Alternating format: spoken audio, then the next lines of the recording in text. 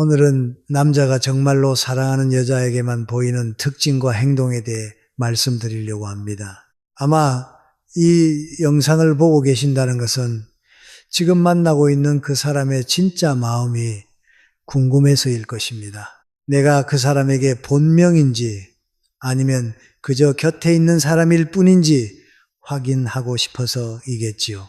제가 먼저 한 가지 묻겠습니다. 몇 년을 만나도 그는 결혼이나 미래에 대한 약속을 분명히 하지 않습니다. 그런 이야기가 나오면 자연스럽게 화제를 돌려버립니다. 그런데도 그가 지금 잠깐 볼 수 있을까라고 연락하면 당신은 중요한 일정이 있어도 미루고 달려가고 있지는 않습니까? 이것이 과연 사랑일까요? 그는 늘 말합니다. 너는 특별해. 당신에게만 보이는 다정한 표정이 있고 당신에게만 건네는 부드러운 말이 있습니다. 그 말이 진심처럼 느껴지지요. 저도 그 마음을 모르는 바 아닙니다. 하지만 분명히 말씀드리겠습니다. 그 다정함이 반드시 본명이라는 증거는 아닙니다. 남자는 때로 편한 관계에서도 충분히 다정할 수 있습니다. 그것이 책임을 뜻하지는 않습니다. 오늘 말씀드릴 내용은 흔한 연애 요령이 아닙니다. 물론 남자가 진심으로 사랑할 때 보이는 행동은 분명히 알려드리겠습니다. 그러나 그보다 더 중요한 이야기가 있습니다. 그가 당신을 본명으로 생각하는지 아닌지를 따지는 것보다 더 먼저 알아야 할 것이 있습니다. 이제부터 그 이야기를 차분히 시작해 보겠습니다. 끝까지 함께 해 주십시오. 남자의 본능과 진짜 사랑의 차이, 지금부터 그 이야기를 드리겠습니다. 먼저 꼭 알아두셔야 할 것이 있습니다. 남자라는 존재는 본능적으로 호감이 가는 여성에게 친절할 수 있습니다. 마음에 들면 다정해지고 함께 있을 때 즐거운 분위기를 만들려고 노력합니다. 만남이 이어지는 동안에는 충분히 따뜻한 사람처럼 보일 수도 있습니다. 그러나 그것이 곧 인생을 함께 하겠다는 사랑은 아닙니다. 호감은 여러 사람에게 향할 수 있습니다. 하지만 사랑은 다릅니다. 사랑은 선택이고 결심입니다. 저는 오랜 세월 강단에 서며 수많은 젊은이들의 사랑을 지켜보았습니다. 전쟁 이후 아무것도 없던 시절에도 사람들은 사랑을 이야기했습니다. 그러나 어려운 시대일수록 드러나는 것이 있었습니다. 말이 아니라 행동이었습니다. 남자가 진심으로 한 사람을 사랑하게 되면 그의 마음에는 한 가지 결단이 생깁니다. 이 사람만은 지키고 싶다는 마음입니다. 잃고 싶지 않다는 각오입니다. 그때부터는 태도가 달라집니다. 시간이 부족해도 방법을 찾습니다.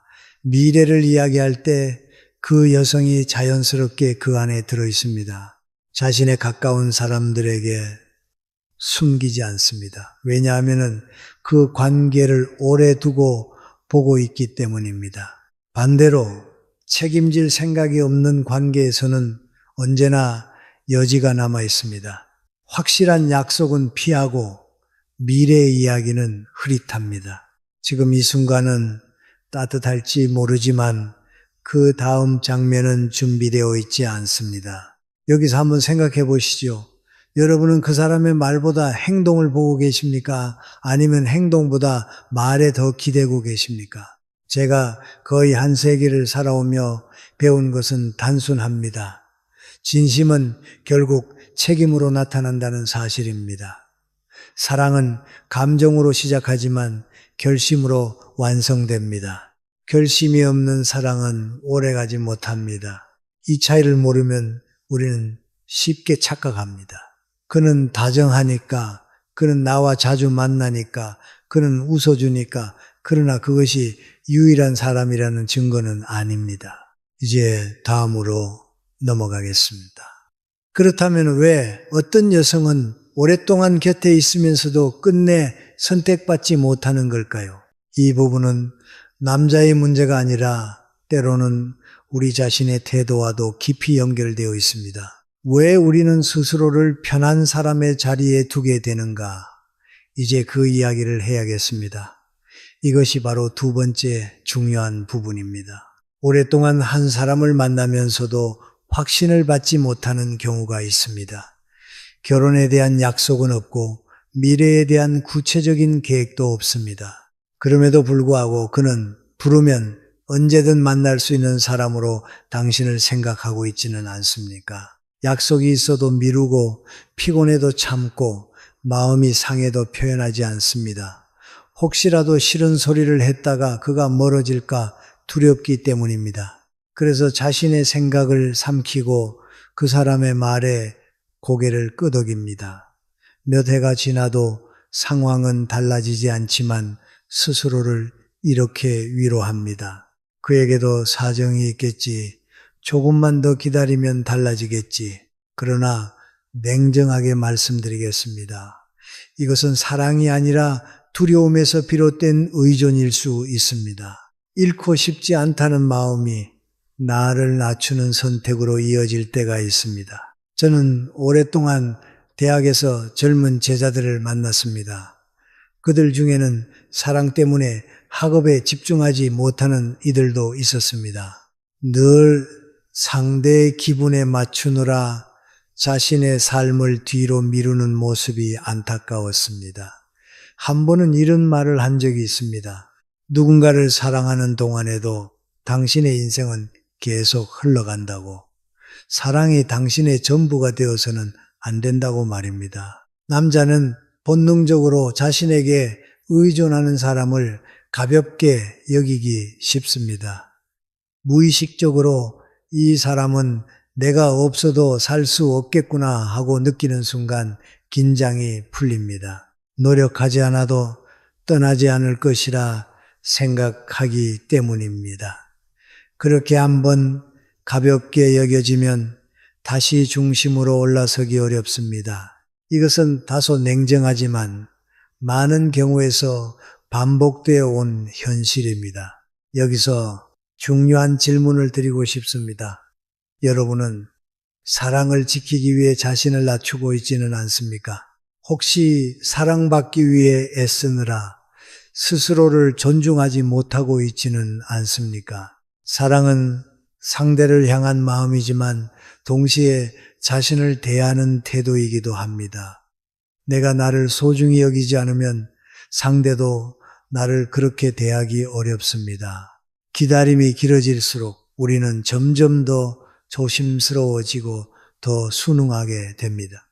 그러나 그 순응이 결국 나를 편한 사람의 자리에 머물게 합니다. 이제 다음 이야기로 넘어가겠습니다. 그렇다면 이런 관계를 끌어당기는 근본적인 이유는 무엇일까요? 그것은 결국 우리의 자존감과 깊이 연결되어 있습니다. 자존감과 끌어당김의 법칙, 이제 세 번째 이야기를 드리겠습니다. 왜 어떤 사람은 늘 책임지지 않는 남자를 만나게 되고 또 어떤 사람은 자연스럽게 존중받는 관계로 들어가는가 하는 문제입니다. 분명히 말씀드리겠습니다. 자기 자신을 낮게 평가하는 사람은 자신을 가볍게 대하는 사람을 곁에 두기 쉽습니다. 이것은 우연이 아닙니다.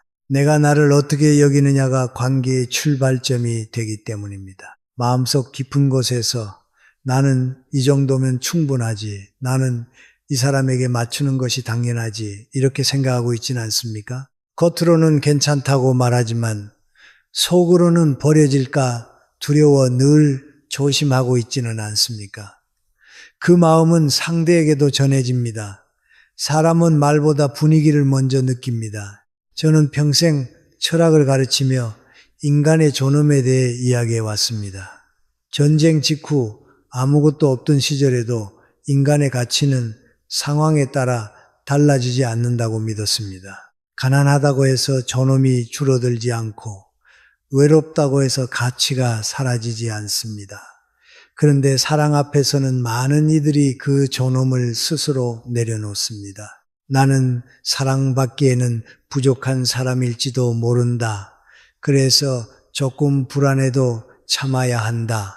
이런 생각이 쌓이면 결국 그런 대우를 허용하게 됩니다. 그러면 책임을 회피하는 사람, 애매한 태도를 유지하는 사람이 곁에 남게 됩니다. 왜냐하면 당신이 그 관계를 끊지 않을 것이라 느끼기 때문입니다. 반대로 생각해 보십시오. 나는 소중한 사람이다. 나는 존중받아야 한다. 이렇게 진심으로 믿는 사람은 태도가 달라집니다. 급하게 매달리지 않습니다. 애매한 말에 만족하지 않습니다. 스스로를 함부로 대하지 않습니다. 그러면 자연히 그에 걸맞은 사람만이 곁에 머물게 됩니다. 이것을 저는 끌어당김이라고 표현하기보다 태도의 일치라고 말하고 싶습니다. 내가 나를 존중하는 태도가 상대의 태도를 결정합니다. 낮은 자리에 서 있으면 위에서 내려다보는 사람을 만나게 됩니다. 당당히 서 있으면 나란히 서려는 사람을 만나게 됩니다. 여기서 가장 중요한 한 문장을 드리겠습니다. 본명으로 선택받고 싶다면 먼저 당신 자신이 당신 인생의 본명이 되어야 합니다. 내가 나를 소중히 여기지 않으면서 누군가가 나를 인생의 단 한 사람으로 여기기를 바라는 것은 모순입니다. 이제 다음으로 넘어가겠습니다. 그렇다면 진짜로 결심한 남자는 구체적으로 어떤 행동을 보일까요? 말이 아니라 행동으로 드러나는 5가지 신호를 차례로 살펴보겠습니다. 이제 가장 궁금해하실 부분입니다. 진짜 사랑하는 여자에게만 보이는 5가지 결심의 행동, 지금부터 하나씩 말씀드리겠습니다. 그러나 먼저 기억하십시오. 이것은 원인이 아니라 결과입니다. 당신이 어떤 태도로 서 있느냐에 따라 나타나는 결과라는 점을 잊지 마십시오. 첫째, 무리를 해서라도 만나려 합니다. 책임을 마음에 둔 남자는 시간이 없다는 말로 쉽게 물러서지 않습니다. 바쁜 가운데서도 잠시라도 얼굴을 보자고 합니다. 길게 만나지 못하더라도 잠깐이라도 시간을 내려고 애씁니다. 반면 가벼운 관계에서는 다음에 보자는 말로 충분합니다. 노력의 밀도가 다릅니다. 진심은 시간을 만들어냅니다. 둘째, 자연스럽게 미래를 말합니다. 결혼이라는 단어를 직접 꺼내지 않더라도 앞으로의 삶 속에 당신이 들어 있습니다. 함께 살게 되면 이런 집이 좋겠다는 이야기, 몇 년 뒤에는 이런 계획을 세워보자 하는 말이 나옵니다. 오늘의 즐거움에서 멈추지 않고 내일을 함께 그리기 시작합니다. 미래를 피하는 관계는 책임을 피하는 관계입니다. 셋째, 주변 사람들에게 숨기지 않습니다. 진짜로 사랑하는 사람은 자랑하고 싶어집니다. 가까운 친구나 가족에게 자연스럽게 이야기합니다. 왜냐하면 오래 두고 볼 사람이라고 생각하기 때문입니다. 반대로 늘 감추려 한다면 언제든 정리할 수 있는 관계로 남겨두고 싶은 마음일 수 있습니다. 소개하려는 사람에게는 망설임이 없고 숨기는 사람에게는 결단이 없습니다. 넷째, 당신의 마음 깊은 곳을 알고 싶어 합니다.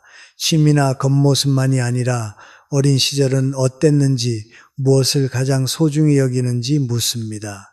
왜 그런 생각을 하게 되었는지 듣고 싶어 합니다. 과거를 모르면 미래를 함께 설계할 수 없기 때문입니다.